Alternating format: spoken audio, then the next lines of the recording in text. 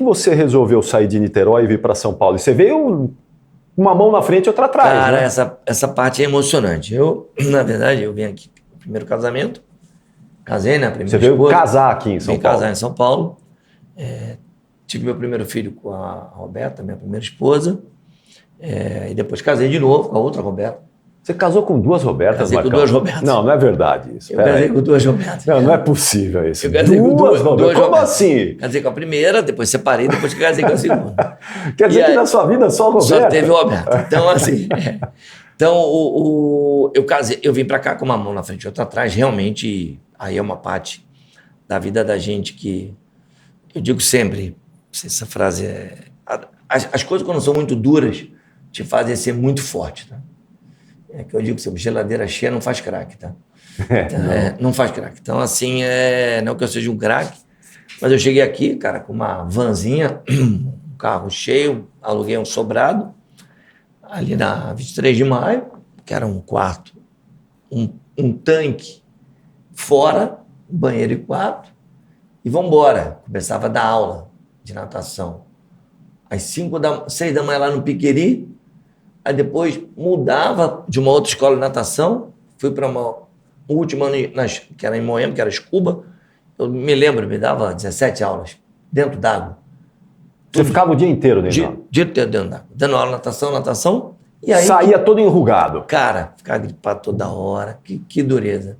Eu até digo, cara, galera hoje aí da educação física, no bom sentido, eu tinha vida dura, cara. Minha vida era dura, cara.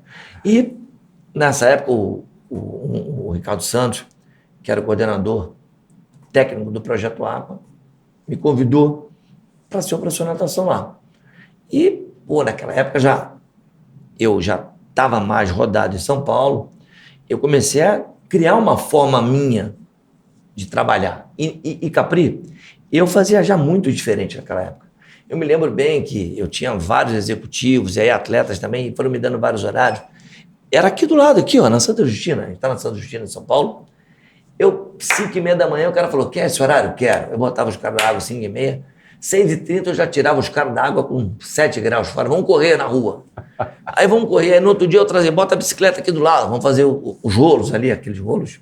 Que na época a gente já tinha os rolos para trabalhar o ciclismo. Então, eu já era muito dinâmico naquela época. Então, isso foi mexendo muito com a minha história, daquela coisa de nunca sossegar, de querer fazer alguma coisa meio que multidisciplinar.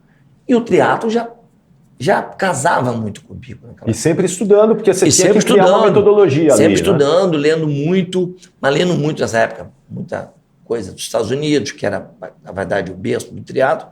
E o Brasil, naquela época, o Capriotti, quando você fala de estudo, foi uma grande época do triatlo brasileiro. Sim.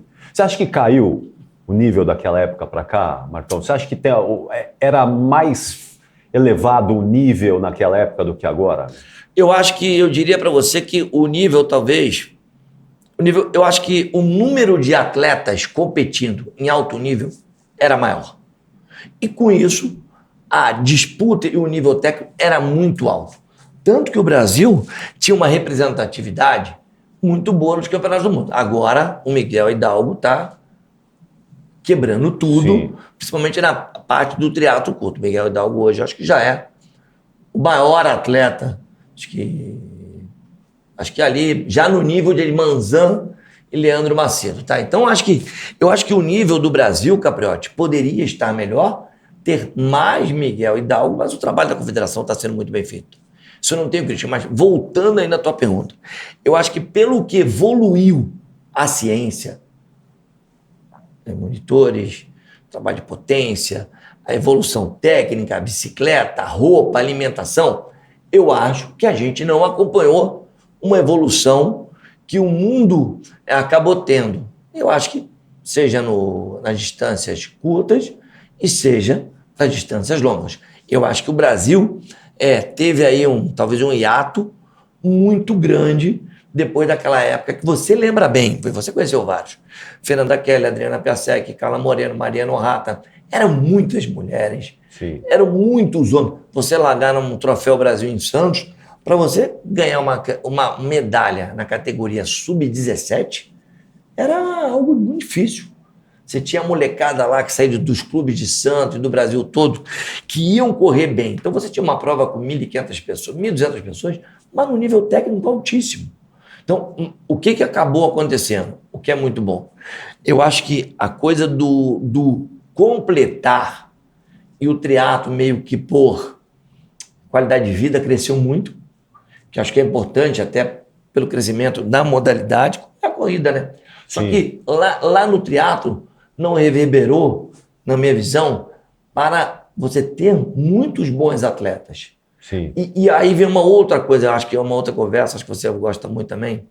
Eu acho que faltou ídolo uma época pra gente. Porque na minha época, acabei de falar, Armando, Fernanda, Leandro, Manzan, Marcos Vanelas, Emerson Gomes, Vigílio de Castilho, você faz todos. Muito exemplo. É muito exemplo, desculpa, eu falei. Você tinha muito ídolo. Juraci, pô, tem muita gente. Sim. E acabou que a gente meio que ficou sem muitos ídolos. Ô Marcão, você nunca completou uma prova de triatlon, né? Cara, não, completei biatlon.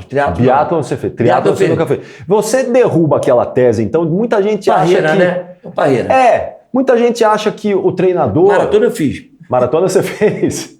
Quantas você fez, Marcão? Fiz 5 maratonas. 5 maratonas.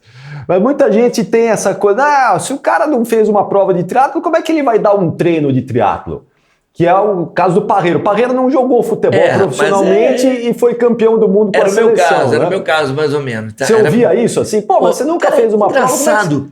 Eu acho que eu não ouvi tanto isso, porque, engraçado, eu acho que no triatlo, apesar de vários técnicos terem feito triatlo, não era algo que era cobrado. Não era acho que era relevante. cobrado uma coisa que você falava, o estudo. Então, acho que até para antes que me corneta, eu fiz Nova York, fiz Chicago 2 vezes 3, fiz Londres e fiz uma lá, a da Ponte, que por sinal eu estou tentando buscar lá no Arquivo Nacional essa é minha prova, antes que nego fale que eu estou, que foi 87, 88, não acho, cara. Até o Zé, que lembra, tem o Zé que sabe que segue, está tentando me ajudar. Fiz 5 maratonas. Então, assim, lá no triatlo eu fiz. Então, assim, eu sou aquele técnico de triatlo que nunca fez triatlo, mas... E que se tornou uma referência. Cara, mesmo assim, você se eu tornou tive uma muito, referência. e assim, Gabriel, eu tive muitos bons resultados. Na época que o triatlo já tinha uma gama grande de técnicos e atletas, eu meio que fui tentando fazer um rumo diferente na minha carreira, depois que eu tinha meio que conquistado muita coisa, seja no Troféu Brasil, no Internacional, em provas internacionais, com a Mariana, com o Chiro, com o 11º do mundo, teve muita coisa boa. Então, acho que uma hora eu falei, puta, agora acho que eu vou caminhar mais para trabalhar com os amadores. E foi uma guinada de carreira proposital. Tá? Eu acho que você vê muitos caras que trabalharam no alto nível e depois saem um pouco. E trabalhar no alto nível é extremamente desgastante. Não que não seja trabalhar também no amador, até na demanda que eu trabalho hoje. Ô Marcão, e naquela época você também... Tem uma característica do Marcos Paulo, os alunos dele sempre falam isso, né? Que ele grita com todo mundo. Não tem moleza. É ali na base do grito. Nessa época você já gritava com o povo também? Eu gritava mais. Mais ainda? Você era mais pilhado E eu ainda. era mais mal educado. Tá? Eu era mais mal educado. Eu acho que eu acho que eu tive que fazer uma transição... como é que é o nome? Operacional na minha mente para entender que eu estava não mais lidando com atletas e sim com atletas amadores. E isso é uma briga que eu tenho interna comigo muito grande, até hoje, tá? Porque as pessoas podem me pagar para treiná-las, mas a leitura que eu tenho sempre delas é de uma pessoa que está me procurando para tentar entender aquilo que eu estou passando para ela. Então isso me deixa num certo desespero de irritabilidade às vezes. Porque como técnico, é importante que você tenha uma preparação intelectual, você e eu. E nem sempre a preparação intelectual desse cara que está me contratando, um atleta amador, é necessária. Ele tem. É sempre necessário e é legal que ele estude.